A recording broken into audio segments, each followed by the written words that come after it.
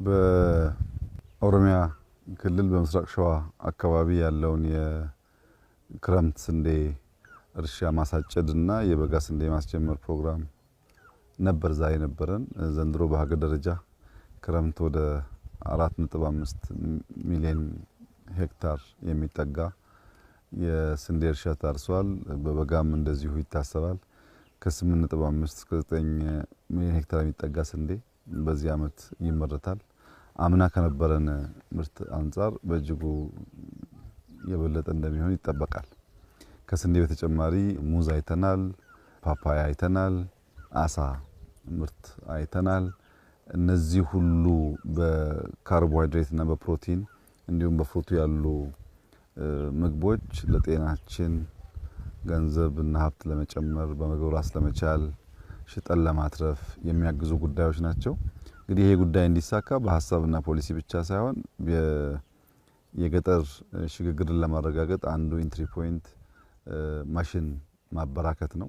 በሀገር ደረጃ ከ150 ሺህ በላይ ፓምፖች ባለፉት ጥቂት ዓመታት ገብተዋል። በ10 ሺህ የሚገመቱ ትራክተሮች ስራ ላይ ውለዋል። ወደ 1 ሺህ የሚጠጋ ኮምባይነር ስራ ላይ ውለዋል። አሁንም በበሬ የሚያርሱ አርሶ አደሮች ያሉ ቢሆንም ግን ማሽን የማበራከቱ ጉዳይ እየጨመረ መጥቷል። ከውጭ ማስገባት ብቻ ደግሞ ሳይሆን ፓምፕና ትራክተር በተወሰነ ደረጃ አሴምብል ማድረግም ተጀምሯል። እና ማሽን ስንጠቀም ሰፋፊ ቦታ አሁን በጋ በበሬ ማረስ ይከብዳል፣ ደረቅ ስለሚሆን በትራክተር ሲሆን ሞር ይቀላል። ከታረሰም በኋላ በእጅ መሰብሰብና በኮምባይነር አንድ አይደለም። ባጠረ ጊዜ ውስጥ ምርት ለመሰብሰብና የሚጠፉ ዌስት ለመቀነስ ያግዛል። ከፓፓያና ከሙዝ አንፃር ያየነው አዲስ ነገር ከዚህ ቀደም የነበረው ፓፓያ ግንዱ ረጅም ፍሩቱ ያነሱ ነበሩ። ይሄ አዲሱ ዝርያ አጠር ያለ ግን በጣም ፕሮዳክቲቪቲው ሃይ የሆነ ነው። ሙዙም ጣፋጭ ዝርያ ከእስራኤል የመጣ ዝርያ ነው። እነዚህን በምርምር እያሻሻሉ ከ1 ሄክታር የሚገኘው ምርት እያሳደጉ ተጨማሪ መሬቶች እያሰፉ በክላስተር የነበረው ምርት እያሰፉ መሄድ የምግብ ሉዓላዊነት ለማረጋገጥ በእጅጉ ያግዛል። አሁን በገጠር የሚታየው እንቅስቃሴ ሰው በጓሮም በማሳውም ክረምትም በጋም እንቅስቃሴዎች አሉ። እነዚህ በጣም ጥሩ ናቸው። ይሄን እንቅስቃሴ ከማሳ ወደ ቤት መውሰድ ያስፈልጋል። አርሶ አደሮቻችን ብር እያገኙ ነው። ብርን በባንክ ማስቀመጥ ልምምድ እያደገ መጥቷል። ነገር ግን ቤታቸው አልተቀየሩም። ቤታቸው መቀየር አለበት። ለገጠር የሚገባ የቤት አይነት ዲዛይን ተሰርቷል።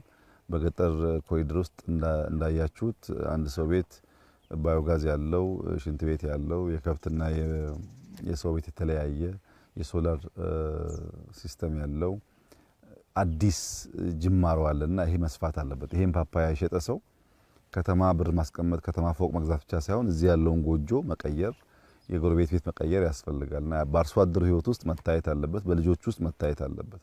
ቤት መብራት ካለ፣ ቴሌቪዥን ካለ፣ ባዮጋዝ ካለ፣ የእናቶች ድካም የሚቀንስ ከሆነ ማሳ ከታረሰ ብዙ ከተማ መሄድ አስፈላጊ ላይሆን ይችላል። እዚህ ያለው አየሩም ያምራል፣ ማሳውም ያምራል።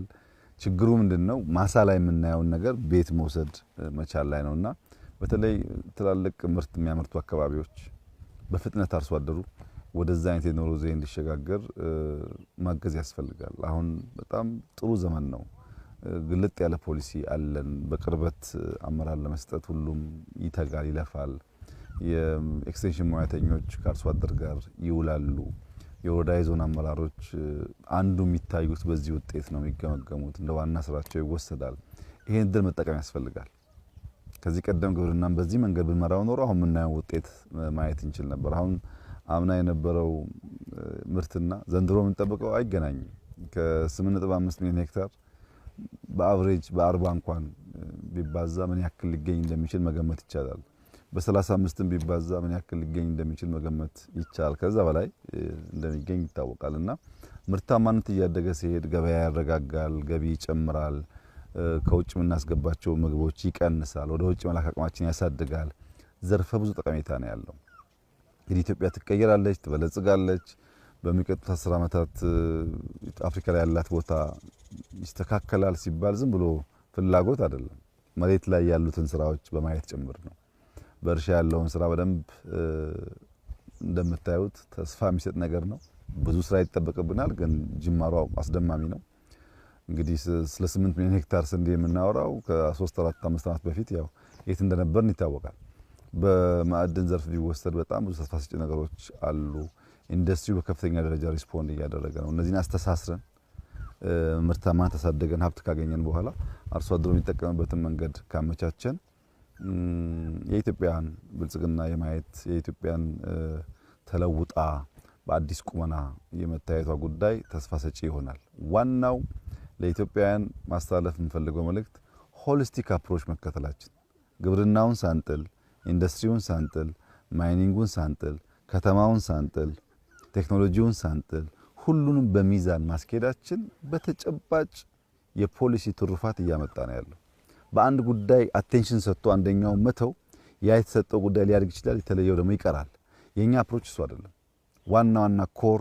ሴክተሮች ይዘን ሌላ ሴክተር ደግሞ የተሰናሰለ እንዲወጣ ያደረግን ስለሆነ በገጠር የሚታየው ለውጥ በከተማ ይታያል በኢንዱስትሪ የሚታየው ለውጥ በግብርና ይታያል በማይኒንግ የሚታየው ለውጥ በቱሪዝም ይታያል ሚዲያው የሚያስጨሆው ብዙዎች የሚነጋገሩበት ጉዳይ ፓፓያ ሊሆን ይችላል ግን ሙዝም የተሰራ ነው ሚዲያ የሚያስጨሆው ጉዳይ ቱሪዝም ሊሆን ይችላል ግን ኢንዱስትሪም የተሰራ ነው እና ተስፋ በብዙ አለ እንበርታ እንስራ ለማይረቡ ወሬዎች ተላልፈን አንሰጥ ካልባሌ ጉዳይ ወጥተን በስራ በትጋት ብቻ ውጤት ለማምጣት እንጣር ያልሰራ አይብላ ነው የሚባለውና ካልደከምን የሚመጣ ነገር የለም በስራ ብቻ ምን ቀይረው ሀገራችን ማንንም ይቀይርልን የለም ምን ቀይረው እኛ ነን ምን ቀይረው ደግሞ በልፋትና በስራ ነው ያንን ነገር የጀመርን ይመስለኛል እንግዲህ ይሄን ማስቀጠል ከቻል ውጤታማ እንደምንሆን ተስፋ አደርጋለሁ ባየሁት ነገር ደስ ብሎኛል እንበርታ እንስራ ማለት እወዳለሁ አመሰግናለሁ